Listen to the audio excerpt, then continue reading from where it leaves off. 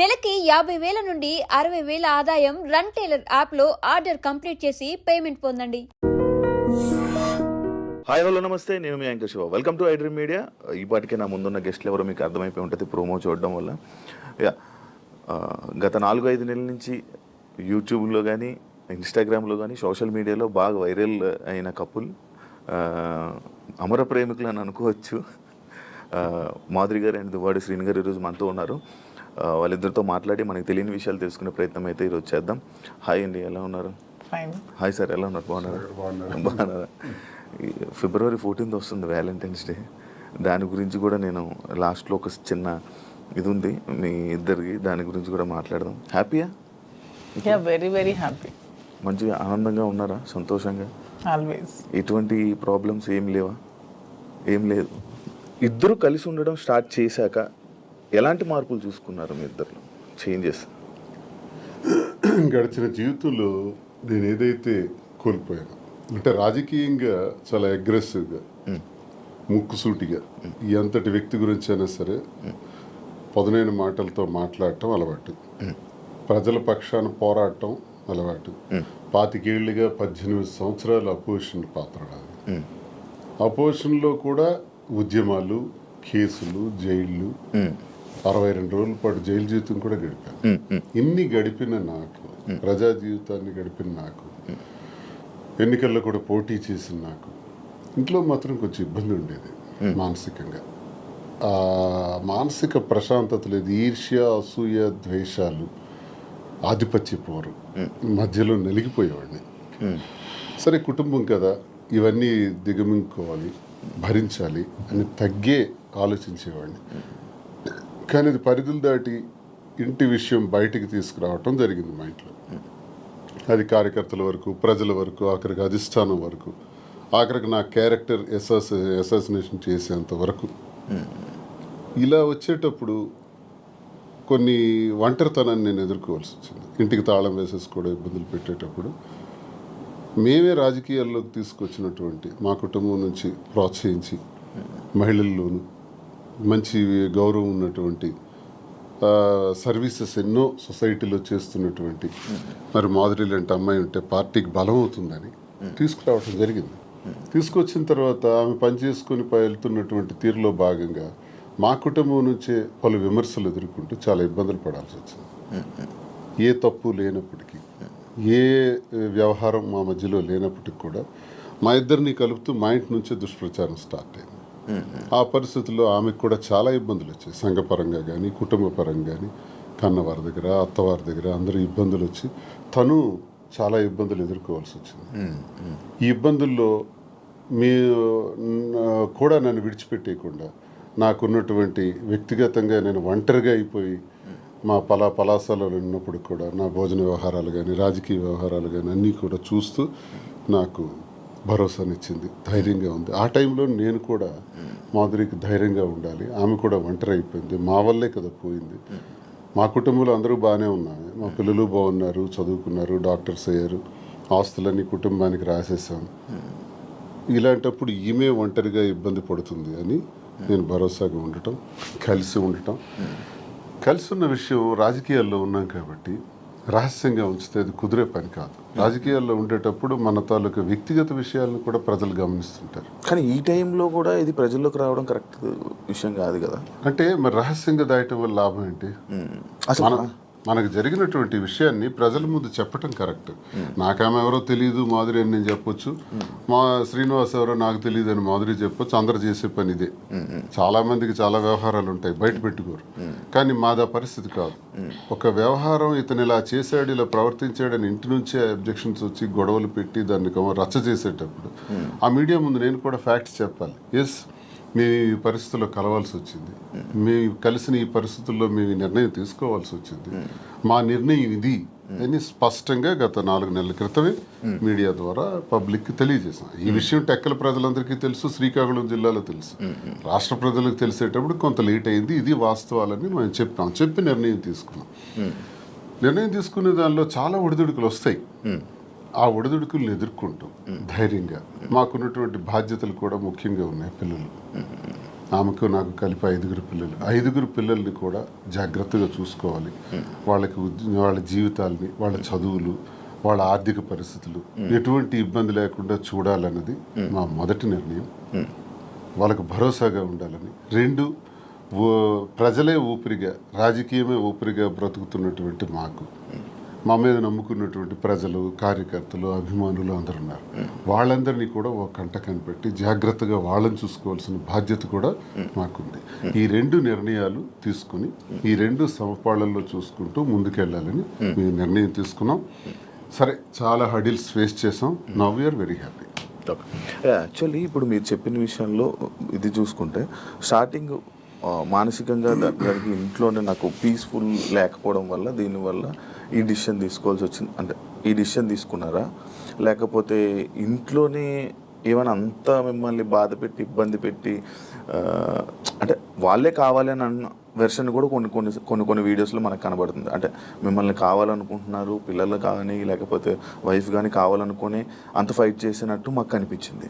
మళ్ళీ మీరు చెప్తుంది ఇంట్లో ఇలా ఇబ్బందులు ఉన్నాయి, అందుకు మానసికంగా నాకు లేకపోతే స్ట్రెస్ లేకపోతే ఇవన్నీ ఉండడం వల్ల నేను ఈ స్టెప్ తీసుకున్నాను అంటున్నారు. అంటే ఈ ఏజ్లో ఇలాంటి టైంలో మీరు ఒక 10 మందికి అలా కాదు, ఇంట్లో ఉండాలి, ఏం కష్టం వచ్చినా నిలబడాలి అని చెప్పలే, కానీ ఇలా చేయడం ఎంతవరకు కరెక్ట్ అనేది ఆడియన్స్. ఎంతోమంది జీవితాలకి ఎన్నో గొడవలు ఇలాంటివే నా దగ్గరికి వస్తే సర్దుబాటు చేసి సరిచేసి పంపినవాడిని. ఎన్నో కుటుంబాలను లైనప్ చేసేవాడిని. ఆ లైనప్ చేసే దానిలో ఆర్థిక ఇబ్బందులు ఉన్నా సరే వాళ్ళకి తోడ్పడి నిలబెట్టినటువంటి పరిస్థితి. నాకే ఇటువంటి పరిస్థితి వస్తాయి. ఇప్పుడు కుటుంబం అన్నాక, వివాహ జీవితం అన్నాక ఎన్నో సమస్యలు వస్తాయండి. ఆ సమస్యలన్నింటిని ఎదుర్కొనే ముందుకు అడుగు వెయ్యాలి. అదే కుటుంబ జీవితం అంటే, అదే వివాహ వ్యవస్థ అంటే. ఇవన్నీ బాగా తెలిసిన వాళ్ళని. కానీ నా పరిస్థితి ఏంటంటే ఆధిపత్య పోరు. ఇప్పుడు ఫర్ ఎగ్జాంపుల్ ఎమ్మెల్యేగా నేను పోటీ చేస్తుంటాను, ఆ టికెట్ నాకు కావాలి. వ్యాపారాల్లో పీక్స్కుంటాను, ఆ వ్యాపారం నా పేరున ఉండాలి. ఇది ఒక విచిత్రమైన కోణం అనమాట. కుటుంబం గురించి జరిగే చర్చ కాదు, ఆధిపత్యం గురించి జరిగే చర్చ. భర్త అయితే ఏంటి, భార్య అయితే ఏంటి అనుకుంటే గొడవే లేదు. ఉదాహరణకు రాజశేఖర రెడ్డి గారితో నేను అడుగులు వేశాను. విద్యార్థి దశ నుంచి ఆయనతోనే నా జీవితం ప్రారంభమైంది. నాకు జిల్లాకు కూడా పరిచయం చేసిన దువ్వాడ శ్రీనివాసన్ రాజశేఖర రెడ్డి గారు. సార్తో అంత చనువుగా ఉండేవాళ్ళం. పాదయాత్ర గట్టిగా ఆర్గనైజ్ చేశాను. ఆ పాదయాత్రలోనే హరిశ్చంద్రపురంలో నువ్వు పోటీ చేయి ఎర్రన్నాయుడికి వ్యతిరేకంగా నాకు టికెట్ కూడా డిసైడ్ చేసేసాను.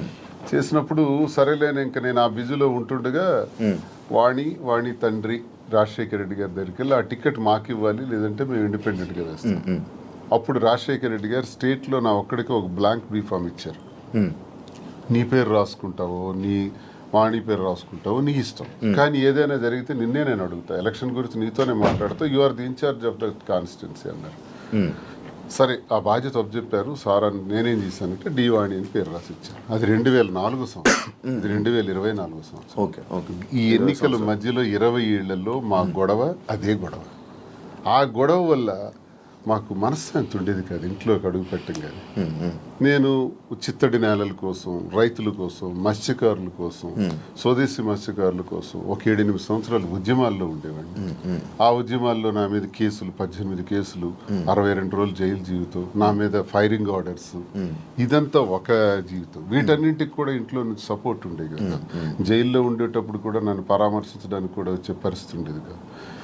ఇవన్నీ అనుభవించినా నా గుండెల్లోనూ దాచుకున్నాను. లాస్ట్కి మాధురేనే అమ్మ. ఇప్పుడు 28 ఏళ్ల నా జీవితంలో, 25 ఏళ్ల నా రాజకీయ జీవితంలో ఎప్పుడు నా దగ్గరికి మహిళలు రాలేదా? నేను ఎప్పుడైనా ఎవరితోనైనా అసభ్యంగా ప్రవర్తించానా? ఎవరితోనైనా అసభ్యంగా బిహేవ్ చేయలేదు కదా. మరి ఎందుకు ఇప్పుడే వచ్చింది నా మీద? ఎప్పుడు లేనిది ఇప్పుడే ఎందుకు క్రియేట్ చేశారు? కేవలం ఇది రాజకీయంగా వాడుకోవాలి, అంటే నన్ను బదనాం చేయాలి. అంటే మీ ఇద్దరు మీద, మీ ఇద్దరు రిలేషన్లో ఉన్నారని ఫస్ట్ రూమర్ స్టార్ట్ చేశారా? మీకు లేకపోయినా కూడా తను రాజకీయంగా వచ్చింది, నేను రాజకీయంగా ఉన్నాను. ఓకే, ఇలా వస్తున్న వాళ్ళందరి మీద రూమర్స్ క్రియేట్ చేసేయచ్చా? అది ఇంట్లో నుంచి క్రియేట్ అయితే ఎంత పెద్ద సమస్య అవుతుంది. అది తప్పని చెప్పకుండా ఒకటి టికెట్ కోసం ప్రాధాన్యత, టికెట్ కోసం ఒక ప్రయత్నం. ఈ ప్రయత్నాలు నేను ఎలా తట్టుకోవాలి? పిల్లల్ని అల్లారు ముద్దుగా పెంచి, గుండెల మీద పెంచి, ఒక స్థాయికి తీసుకొచ్చి, కుటుంబాని కోసం తలగ్గి, ఆఖరికి టికెటే కదా కావాలి. అధిష్టాన్ని నేను రిక్వెస్ట్ చేసా, టికెట్ ఆమెకి ఇచ్చేయండి అన్నాను. నేనే తగ్గిపోయాను. అప్పుడు వాణికి అధిష్టానం ద్వారా టికెట్ నేనే ప్రకటింపజేశాను. కానీ మళ్ళీ ఆమె గ్రాఫ్ కోల్పోయిన తర్వాత మళ్ళీ ఆ టికెట్ నాకే రావటం, నేనే పోటీ చేయాల్సిన అవసరం వచ్చింది. సో 100 మెట్లు దిగే నేను ఆమెకు అంగీకరించాను. అప్పటికీ కాంప్రమైజ్ కాలేదు. ఆ తర్వాత తాళం వేసేస్తున్నారు ఇంటికి. ఆ ఇంటికి తాళం వేసేటప్పుడు తలుపులు తన్నుకుని లోపలికి వెళ్ళలేక కాదు, అసలు మనసులో ఏం నడుస్తుంది. టికెట్ కావాలని టికెట్ తీసుకున్నారు, ఇంటికి తాళం వేశారు, సమాజంలో అభాస్పాలు చేశారు. ఇంక నేను ఎలా బ్రతకాలి? కారులో 7-8 రోజులు పడుకున్నాను. ఆఖరికి మా మదర్ దగ్గర వెళ్ళి ఒక ఏడాది కాలం పట్టున్నాను. ఇవన్నీ టెక్కల ప్రజలకు తెలుసు, ఇవన్నీ మీలాంటి వాళ్ళు ఎంతమందికి తెలుసు. ఇన్ని బాధలు పడిన తర్వాత, ఇంటికి తాళం వేసిన తర్వాత, మనసులో నేను ఉండకూడదు, శ్రీనివాస్ నాకు అక్కర్లేదు అనుకునేటప్పుడు నేనేం చేయగలను? అలాంటిది ఎలక్షన్ తర్వాత కూడా ఇంటి మీదకి వచ్చి, ఇంటి మీద కూడా గొడవ పెట్టి, అక్కడ నేను టెంపరీగా కొట్టుకుని ఇంటి మీద, నువ్వు ఇక్కడి నుంచి పోవాలి. కోరికలు ఏంటంటే టెక్కల నుంచి బయటకు పో, ఎక్కడైనా ఉండు, మాధురితో ఉంటావో ఇంకెలా ఉంటావో నాకు అనవసరం, టెక్కల్లో మాత్రం నువ్వు ఉండటానికి వీల్లేదు. ఇలాంటి విచిత్రం. ప్యాంటు షర్ట్ గాడు అంటాం, లుంగీ షర్ట్ గాడు అంటాం, వాడికి ఏముందని చెప్పటం, మేమే తిండి పెట్టి పోషించాం, వాడు ఒక పూర్ ఫ్యామిలీకి చెందినవాడు అంటాం. అవునండి, ప్యాంటు షర్ట్ లుంగీ షర్ట్ గాడు భార్య అంటే వాళ్ళ అమ్మని, మా అమ్మని తిట్టడం, మా తమ్ముళ్ళని తిట్టడం, కుటుంబాలని అవమానపరచడం ఎంత భరిస్తాం? మీరు మీడియాలోనే చూసారు ఈ మాటలన్నీ. ఇవన్నీ భరించుకుంటా తల్లిని తిడితే భరించాలి, తమ్ముళ్ళని తిడితే భరించాలి, నన్ను అవమానపరిస్తే భరించాలి. ఇవన్నీ భరించుకుంటానే ఉన్నాను 28 ఏళ్ళు పిల్లల కోసం. కానీ మరి తనది రహస్యంగా ఉంచలే. అది 4 walls మధ్య సెటిల్ అయి ఉంటే నిజంగా ఆ అభిమానంతో భర్తే కావాలని తను అనుకుని ఉంటే మాధురి ఇంట్లో ఉండేవారు, నేను నా ఇంట్లో ఉండేవాడిని. కథ ఇంతవరకు వచ్చి ఉండేది కాదు. పరిస్థితులు, ప్రభావాలే మమ్మల్ని ఇంతవరకు తీసుకొచ్చిన ఈ పరిస్థితుల్ని మనం రహస్యంగా ఉంచుకోకూడదు, ప్రజలకు చెప్పాలి. ప్రజలకు వాస్తవాలను తెలియజేస్తే, వాస్తవాల ద్వారా వాళ్ళు మంచి చెడులను గ్రహించి ప్రజలే దేవుళ్ళని నమ్మిన నేను ప్రజలకు ఇవి నేను తెలియజేస్తే వాళ్ళే మనకు అగ్రభాగాన్ని కూర్చోబెట్టగలరు, లేదా అతుపాతాళానికి తొక్కేయగలరు. ప్రజలకు ఆ శక్తి ఉంది. కాబట్టి ప్రజలకే చెప్తే నాకు న్యాయం జరుగుతుందని నేను నమ్మాను. నమ్మి ప్రజలకు మేమిద్దరం కూడా వాస్తవాలు తెలియజేస్తాం. ప్రజలు మా పరిస్థితికి ఇలా ఉండడానికి మా ఈ పరిస్థితులు, ప్రభావాలే కారణం. ఆ కారణం నేను ఒంటరి, తను ఒంటరి, రోడ్డు మీద నిలబడాల్సిన పరిస్థితులు వచ్చేటప్పుడు ఒకరికొకరు భరోసాగా నిలబడ్డాం. ఆ భరోసా ప్రేమగా మారింది. ఓకే, మీరు అప్పటికి ఒంటరిగా ఉండేవాళ్ళ, మీ హస్బెండ్ గారు ఉండేవాళ్ళని విన్నాను. లేదు, పాలిటిక్స్కి వచ్చిన తర్వాత కొద్ది రోజుల తర్వాత ఏవి డిస్టర్బెన్సెస్ వల్ల నేను కొంచెం ఒంటరిగా ఉండడం జరిగింది. ఓకే, ఈయన గురించి ఒంటరిగా ఉండడం స్టార్ట్ చేశారు, లేకపోతే లేదు, ఆవిడ వలన నేను నా ఫ్యామిలీకి దూరమే ఒంటరిగా ఉండటం జరిగింది. మీ ఎక్స్ హస్బెండ్తో ఏం ప్రాబ్లమ్స్ ఏం లేవా మీకు? ప్రాబ్లమ్స్ అంటూ పెద్దగా లేవు, కానీ డిస్టర్బెన్సెస్ అంటూ ఉన్నాయి. అంటే తను ఎప్పుడు ఫారెన్లోనే ఉంటారు, తను ఎప్పుడు ఇండియాకి రావడానికి ఇష్టపడేవారు కాదు. నాకు ఫారెన్కి వెళ్ళడం ఇష్టం లేదు, నాకు ఎప్పుడు ఇండియాలో ఉండటం ఇష్టం. సో మేము ఎంత రిక్వెస్ట్ చేసినా వచ్చేవాళ్ళు కాదు. ఫ్యామిలీకి ప్రిఫరెన్స్ కంటే తను ఎక్కువ మనీకి ప్రిఫరెన్స్ ఇచ్చేవాళ్ళు. మేము చాలాసార్లు అడిగాం, ఇలా నాకు లోన్లీగా ఉండడం ఇష్టం లేదు, మీరు వచ్చి ఫ్యామిలీతోనే ఉండండి అని. తను ఒప్పుకునే వాళ్ళు కాదు. సో అలా మా మధ్యన డిస్టర్బెన్సెస్ పెరిగాయి. వాని వల్ల ఇంకొంచెం పెరిగి ఇంక సెపరేట్ అవుదామని నిర్ణయించుకున్నాం. ఓకే, మీ ఇద్దరు కలవడానికి రీజన్ ఎవరు, అసలు ముఖ్య కారణం ఎవరు? అంటే మీ ఇద్దరు పరిస్థితులు, ప్రభావాలు అవసరం. పరిస్థితులు, ప్రేమ కాదా?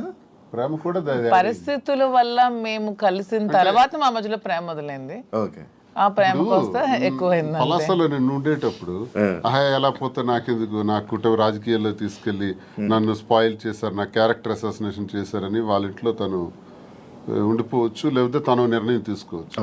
ఇంకా నన్ను పాపం ఒంటరిని చేస్తారు. ఆయన వెళ్ళి పలాసలో ఉన్నాడు, ఎలా భోజనం చేస్తున్నాడు, ఎక్కడికి వెళ్తున్నాడు, ఆయన కార్లు ఏంటి, ఆయన మనుషులు ఏంటి, ఆయన ఎక్కడ ఉండాలి, ఇవన్నీ చూడవలసిన అవసరం తనకేంటి? ఏంటి అవసరం? నాకేమైనా ఆస్తులు ఉన్నాయా, అంతస్తులు ఉన్నాయా, లేదా పవర్ ఉందా, లేకపోతే ఏముందని చెయ్యాలి. కానీ అక్కడ ఏంటంటే ఒక తోటి మనిషిగా అభిమానం చూపించింది తను. నేను ఇబ్బందుల్లో ఉండేటప్పుడు నా కోసం ఇంత బాధ్యత వహించినటువంటి అమ్మాయిగా, తను నష్టపోతూ నా కోసం నిలబడినటువంటి అమ్మాయిగా నాకు కూడా ఒక ఏ ప్రేమనైతే కోల్పోయినాను జీవితంలో, ఆ ప్రేమ నేను ఆమె దగ్గర పొందాను.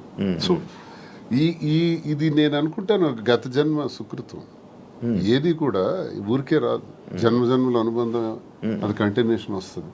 గత జన్మలో అక్కడ తాగింది, ఇప్పుడు ఇక్కడతో కంటిన్యూ అవుతుంది. అని మీరు గత జన్మలో కూడా మనిషిగా వచ్చారంటారా? ఇప్పుడు 2 ఉంటాయి సార్. కృష్ణ పరమాత్ముడు చెప్పినట్టు కర్మ సిద్ధాంతం ఒకటి ఉంటుంది, ABCD గత జన్మలో నేర్చుకున్నాం అనుకోండి, EFGHL ఎక్కడి నుంచి స్టార్ట్ చేస్తాం. అంటే ఈ నుంచి ఎలా స్టార్ట్ చేస్తామంటే ABCD గత జన్మలో నేర్చుకున్నటువంటి ఆ కంటిన్యూషన్ అనేది ఈ జన్మకు ఉంటుంది అన్నది ఖచ్చితంగా గత జన్మ సుకృతాలు, గత జన్మ వ్యవహారాలే ఈ జన్మ కొనసాగింపుగా ఉంటాయని కృష్ణ పరమాత్ముడు చెప్పింది, గీతలో కూడా చెప్పినటువంటిదే. అది ఒకవైపు నమ్మితే అది నిజం. నేను కర్మ సిద్ధాంతాన్ని నమ్ముతాను కాబట్టి అది నిజం. లేదు సైంటిఫిక్గా వెళ్ళామనుకోండి, ఇట్స్ ఎ కెమికల్ రియాక్షన్, రసాయనిక చర్య. మనిషికి మనిషికి మధ్యన జరిగినటువంటి ఆలోచనలు, కలయికలు, ఆ పరిస్థితుల ప్రభావాలు బట్టి ఒక మనిషి మీద ఒక మనిషికి ఆకర్షణ, కోపము, వ్యతిరేకత, రకరకాల భావాలు ఎందుకు కలుగుతాయంటే రసాయనిక చర్యల వల్లే కలుగుతాయి. అలా అని కూడా అనుకోవచ్చు, సైన్స్ ఎప్పుడైనా కలగొచ్చు అంటారా? కలగచ్చు. అంతే. ఏ మనిషి ఎప్పుడు ఎలా మారుతారో, ఎప్పుడు శత్రువులు అవుతారో, ఎప్పుడు మిత్రులు అవుతారో, ఎప్పుడు ఏ రకంగా మారుతాం అన్నది ఇదంతా మనిషికి మనిషికి మధ్య ఉండేది కెమికల్ బ్యాలెన్స్. అది ఇంబ్యాలెన్స్ అయితే ఇంకో రకంగా మారుతాం, వైలెంట్ గా మారుతాం.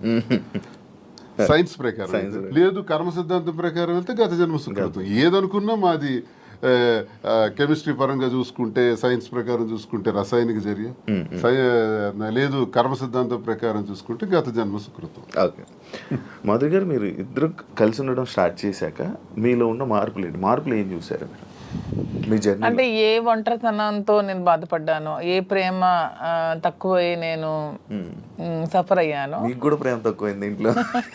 మరి ఇద్దరు వేరే వేరేగా, ఒకరు ఫారెన్ లో ఒకరు ఇండియాలో ఉంటే ప్రేమ తక్కువ ఉంటుంది. వైఫ్ అండ్ హస్బెండ్ అంటే దగ్గరగా ఉంటాయి కదా బాండ్ అనేది. అంటే లాంగ్ డిస్టెన్స్ లవ్ స్టోరీస్ అని ఇప్పుడు రీసెంట్ గా బాగా వైరల్. నాకు అలాంటివి నచ్చవు. కొంతమంది ఒక్కొక్క స్టోరీస్ నచ్చుతారు. మీకు లాంగ్ డిస్టెన్స్ స్టోరీస్ నచ్చవు. స్టోరీ లేదు. నాకు మాత్రం నా పక్కనే హస్బెండ్ ఉండాలనే ఫీలింగ్ తో ఉన్న అమ్మాయి నేనైతే మొదటి నుంచి ఉన్నాను. సో నాకు ఎవరైతే నేను శ్రీనివాస్ గారితో నా లైఫ్ స్టార్ట్ చేశానో, నా జర్నీ, అప్పటి నుంచి నాకు హ్యాపీనెస్ కానీ, మీరు అన్నట్టు నా ఒంటరితనం పోయి నాకు అంటూ ఒక తోడు దొరికింది. హ్యాపీగా ఉన్నాను. నన్ను వదిలే ఏ రోజు కూడా ఎక్కడికి ఇంతవరకు ఈ 4 yearsలో ఎప్పుడు ఎక్కడికి పోలేదు. ఎప్పుడు నాతోనే ఉంటారు. ఎక్కడికి వెళ్ళినా ఇద్దరం కలిసే ట్రావెల్ చేస్తాం. ఏ పనైనా ఇద్దరం కలిసే చేస్తాం. ఈవెన్ ఎలక్షన్ క్యాంపెయిన్ కానీ ఎక్కడికి వెళ్ళాలన్నా అన్ని ఇద్దరం కలిసే చేస్తాం. నాకు చాలా హ్యాపీగా ఉంది. నేను కోరుకున్న జీవితం నాకు దొరికినట్టు అనిపిస్తుంది. మీ ఇద్దరి మధ్యన హ్యాపీగా ఉండొచ్చు, కానీ సొసైటీ కానీ, లేకపోతే మీరు మిమ్మల్ని నమ్మి ఓట్లు వేయడానికి కానీ, లేకపోతే ఎవరైతే జనాలు ఉన్నారో వాళ్ళ మాటలను మీరు పట్టించుకుంటారా? సొసైటీకి మా వల్ల వచ్చిన ఇబ్బంది ఏంటి నాకు అర్థం కాదు. అంటే మీరు ఏం చూపిద్దామని అనుకుంటున్నారు? ఏం చూపిద్దాం? ఒక హస్బెండ్ తో డిఫరెంట్ ఒక అమ్మాయి, ఒక వైఫ్ తో డిఫరెంట్ అబ్బాయి కలిసి ఇంకొక పెళ్లి చేసుకుంటున్నాం. దానికి ఇంకేం చూపించాలనుకుంటున్నారు ఎవరైనా? దీంట్లో ఏం చూపిద్దాం అని మీరు అనుకుంటున్నారు? ఎందుకు మీరు అందరికీ మీకు ఇది నెగిటివ్ కనిపిస్తుంది? నాకు నా హస్బెండ్ తో డిఫరెన్సెస్ ఉన్నాయి, ఇతనికి ఈమె వైఫ్ తో డిఫరెన్సెస్ ఉన్నాయి. సో మా ఇద్దరం కలిపి ఒకటే అయ్యాం. దానిలో తప్పే ఉంది. ఎంతమంది సెకండ్ మ్యారేజ్ చేసుకోవట్లేదు, 3-4 పెళ్లిళ్ళు చేసుకుంటున్నారు. మేము 2వ పెళ్లి చేసుకున్నాం. దీంట్లో ఎందుకు అంత చెప్పకుండా చేసుకుంటున్నారు? 3 పెళ్లిళ్ళు 4 పెళ్లిళ్ళు చేసుకుంటున్నారు. పెళ్లిలో ఒకనే ప్రెగ్నెంట్లు చేస్తున్నారు, పిల్లల్ని కనేస్తున్నారు, వదిలేస్తున్నారు, వీధిని పడేస్తున్నారు. మేము అవేమీ చేయలేదు. మేము మాకు డిఫరెన్సెస్ ఉన్నాయి, వీళ్ళకి డిఫరెన్స్ ఉన్నాయి. మా పబ్లిక్ చెప్పాం, మా ప్రజలకు చెప్పాం, మా ప్రజలకు చెప్పే మేము మొన్న ఎలక్షన్ చేసాం. ఎలక్షన్లో నేనే దగ్గరుండి చేశాను. వాళ్ళకి అన్ని నా గురించి తెలుసు. మా ఇద్దరిని దగ్గరుండి చేసాం. మా పిల్లల్ని చూసుకున్నాం. వీళ్ళ పిల్లలు పెళ్లి చేస్తారు, వీళ్ళ పిల్లలు సెటిల్మెంట్లు చదివించుకున్నాం. మేము గాలికి వదిలేదు కుటుంబాలకి. వీళ్ళ కుటుంబానికి ఆస్తి మొత్తం ఇచ్చేస్తున్నాడు, రోడ్డు మీదకి వచ్చారు. నేను నా తల్లిదండ్రుల ఆస్తితో నేను ఉన్నాను. నేను హస్బెండ్ నుంచి ఇంతవరకు నేను 1 రూపాయి కూడా నేను తీసుకోలేదు ఇంతవరకు. నేను నా పిల్లలు కానీ నాకు కానీ నా పేరెంట్స్ నాకు ఏమైతే నాకు ఆస్తి నాకు వచ్చిందో ఆ యాన్సిస్ట్రల్ ప్రాపర్టీస్ మాత్రమే నేను నాకుతో పెట్టుకున్నాను. మీ ఎవరికి మేము ఏం బాధ పట్టుకున్నా, ఎవరికి ఎందుకు మేమేం దీనివల్ల ఎవరై సఫర్ అయ్యేది ఏముంది? తిరిగి పైగా మా కార్యకర్తలు, మా ప్రజలు మీరు వచ్చి మైక్ పెట్టండి, చాలా చాలా హ్యాపీగా ఉన్నారు. ఎందుకంటే శ్రీనివాస్ గారి ఇంటికి వెళ్ళినప్పుడు ఏదైతే వాళ్ళకి లోటు ఉండేదో, అంటే వాణి సరిగ్గా చూసుకునేది కాదు, ఈవెన్ మంచినీళ్ళు కూడా ఇచ్చేది కాదు. హస్బెండ్కే చూడదు ఆమె, ప్రజలకి ఏం చూస్తుంది. ఇప్పుడు అదేమీ లేదు. నేను ప్రతి ఒక్క కార్యకర్తకి బాగా చూసుకుంటానని వాళ్ళకి నమ్మకం కలిగి నా దగ్గర రావడం స్టార్ట్ చేశారు. నాతో ట్రావెల్ చేస్తున్నారు, నన్ను అభిమానిస్తున్నారు, ఆదరిస్తున్నారు, నన్ను అమ్మలాగా చూసుకుంటున్నారు అందరూ కూడా. ఇప్పుడు 22లో ఈ గొడవ స్టార్ట్ అయింది. 24లో నేను ఎమ్మెల్యే పోటీ చేశాను. నా మీద పోటీ చేసి గెలిచినటువంటి అచ్చెన్నాయుడు రాష్ట్ర తెలుగుదేశం పార్టీ అధ్యక్షుడు ఎన్నికల ముందు ఏం చెప్పాడు? రాష్ట్రంలో హైయెస్ట్ మెజారిటీ నాదే, అబౌట్ 70,000 ఓట్స్ అన్నాడు. నిజానికి కూటమి ప్రభుత్వంలో ఎవడు నామినేషన్ వేసినా 40,000, 50,000, 60,000తో గెలిచారు. మా జిల్లాలోనే 4 ఎమ్మెల్యేలు కొత్తోళ్ళు, మొక్కం తెలియనోళ్ళు కూడా, ధర్మాన ప్రసాద్ లాంటి వ్యక్తి మీద కూడా 3 రోజుల ముందు వచ్చి నామినేషన్ వేసి 54,000 మెజార్టీతో గెలిచాడు. మరి అచ్చెన్నాయుడు ఎంతతో గెలవాలి? కనీసం 70తో గెలవాలి కదా, 30. నా 73,000 ఓట్లు. ఇవన్నీ తెలిసి ప్రజలు నాకెందుకు ఇంకా నైతికంగా బలంగానే ఉంచారు. నైతికంగా అచ్చెన్నాయుడు ఓడిపోయినట్టే. కిందోళ్ళందరికి ఒక్క 15 రోజుల ముందు వచ్చిన వాళ్ళందరికి కూడా 40,000 50,000 మెజారిటీలు వచ్చి నీకేం 30,000 అంటే ప్రజలే 1,000 వ్యతిరేకించుంటే అచ్చెన్నాయుడికి 70,000 రావాలి కదా. ఇంత వేవ్ లో కూడా అచ్చెన్నాయుడు అతి తక్కువ ఓట్ల తేడాతో గెలిచాడు కదా. సో నేను గతసారి ఎంపీకి పోయినా 3,100 తేడా నాది. వాళ్ళకి మాకు ఎప్పుడు వెరీ లెస్ మార్జిన్, 3,000 3,500. సో మాకు ప్రజలు బుద్ధి చెప్పాలంటే ఓట్లతోనే చెప్పేవాళ్ళు కదా. వీడు ఇలాంటోడు సంఘ వ్యతిరేకమైన పని చేసాడు కొట్టండి అనుకుంటే నాకు 20-30,000 ఓట్లకి కుదించేసి ఆయనకు 1,00,000 మెజారిటీ ఇవ్వచ్చు. అది జరగల ఇంత వేవ్ లో కూడా.